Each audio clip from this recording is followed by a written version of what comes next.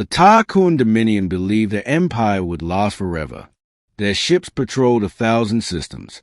Their banners hung over conquered capitals. Their markets overflowed with the broken and the damned. And when they found humanity, young, inexperienced, still crawling into the stars, they didn't hesitate. They didn't negotiate. They didn't warn Earth. They didn't even declare war. They simply took. To them, humans were just another labor species, soft and naive, perfect for the forges and the mines. Marked them as slaves, Class 3, the overseer commanded. Low intelligence, high endurance, ideal stock. The humans were shoved into transports. Their ships were melted down. Their families were separated and sold. The Dominion expected begging, crying, submission. What they got instead was the beginning of their end. Chapter 1, Chains on a Deathworlder. The Dominion scattered humans across dozens of slave worlds. On Rokal 2, humans were forced to dig crystal shards that sliced their hands to ribbons. On Jaskara, they worked in swamps filled with predators the Dominion called minor nuisances. On Volcath Forge, they hold molten metal in heat that could boil other species alive. But humans endured. They always endured. Overseers grew uneasy watching them work through fevers, injuries, dehydration, conditions lethal to most species. One guard complained, "They don't die right. They just keep getting back up." But the worst mistake the Dominion ever made was sending humans to Torkar, the Empire's largest slave processing planet, because there, a woman named Alara Thorne, once a Terran search and rescue commander, listened. She watched, she remembered, and she refused to break. Chapter 2, The Spark of Rebellion. Ilara kept her head down. She complied. She appeared obedient. But under that facade, she built a network. Humans were everywhere. Cooks, miners, welders, arena fighters, factory workers. Separated, they were powerless. Connected, they were an army waiting to wake up. Ilara whispered in the dark. Not today, not tomorrow, but soon. Her plan began with a simple act, stealing a Dominion Addent chip. With it, she accessed maintenance corridors humans weren't allowed to enter. Then she sabotaged coolant valves. Then she released pressure locks. Then she rerouted internal comms. When the day came, she stood atop a loading platform and shouted one word. Now! Explosions tore through Torkar. Slave barracks burst open. Human workers charged. Guards fell under improvised weapons. Hours later, Torkar was free. Ilara broadcast a message across every slave planet. Asterisk, asterisk, we are not property. We are human. Rise. Asterisk, asterisk. To the Dominion, it was treason. To the enslaved, it was salvation. To Earth, it was the first signal they'd heard from their lost children in decades.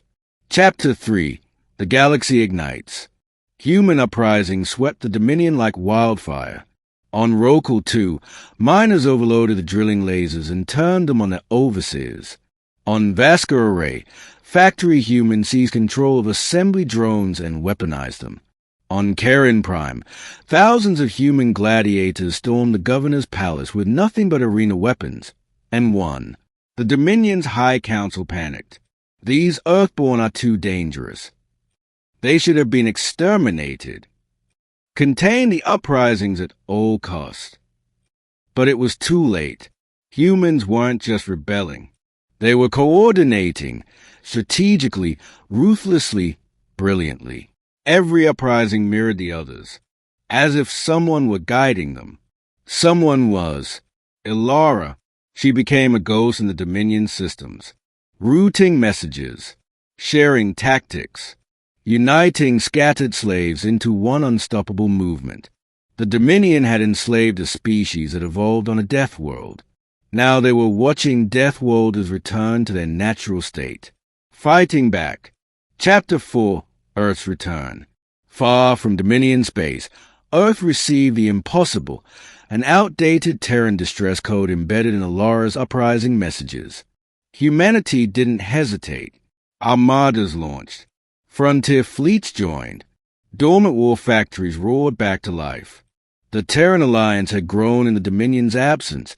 Stronger, faster, harder. When the Terran reclamation fleet dropped out of FTL over the Dominion border, their message was short. We are here for our people. Dominion admirals laughed. Until Terran plasma lancers carved their flagship in half in the first salvo. Until stealth corvettes appeared inside their defensive lines. Until orbital platforms fell like meteors. The border collapsed in one day. Every enslaved human uprising synced with Earth's advance, forming a perfect storm the Dominion couldn't escape. Chapter 5. Worlds turned to dust. The Dominion fought. They threw fleets, armies, legions. It didn't matter. Humans inside and outside their borders were done being quiet. Human rebels seized shipyards from the inside while Terran Marines breached from orbit. Human engineers disabled planetary shields so Terran dreadnoughts could enter atmosphere. Human medics redirected Dominion bioweapons, straight back at their creators. Planet after planet fell. But the worst came when the Terran fleet reached Vakun, the Dominion's industrial crown. Vakun was impregnable. Fortress world, planetary cannons, orbital rings. It lasted 7 hours. When the dust settled, Vakun was gone, an empty glass sphere still glowing with residual heat. The Dominion's High Regent whispered the words that spread across every surviving outpost. We called them slaves. They turned our worlds to ash. Chapter 6. The Fall of the Dominion. The Terran fleet closed on the final Dominion world, Tarkorn Prime, capital of the Empire. Humans rose within the city, guided by Alara's encrypted commands. Terran soldiers breached from orbit. Rebel slaves from a dozen species swarmed the palace gates. The High Council attempted to negotiate. We can free the humans. We can pay reparations. We can. Alara stepped forward. You had your chance. Her voice was calm. Final. Everything you built was on our suffering. Now it ends. The last of the Dominion surrendered. Some tried to flee. Some begged. Some prayed. None escaped judgment. When Terran ships left the system, Tarkorn Prime was quiet for the first time in millennia. An empire born of chains died in silence. Chapter 7. A Galaxy Without Masters. The war ended. Humanity didn't claim territories. They didn't become conquerors. They helped rebuild. They taught their allies. They shared medicine, technology, defense. They purified slave worlds and turned them into sanctuaries.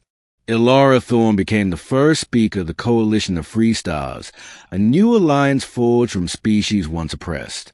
Her first decree outlawed slavery across Coalition space.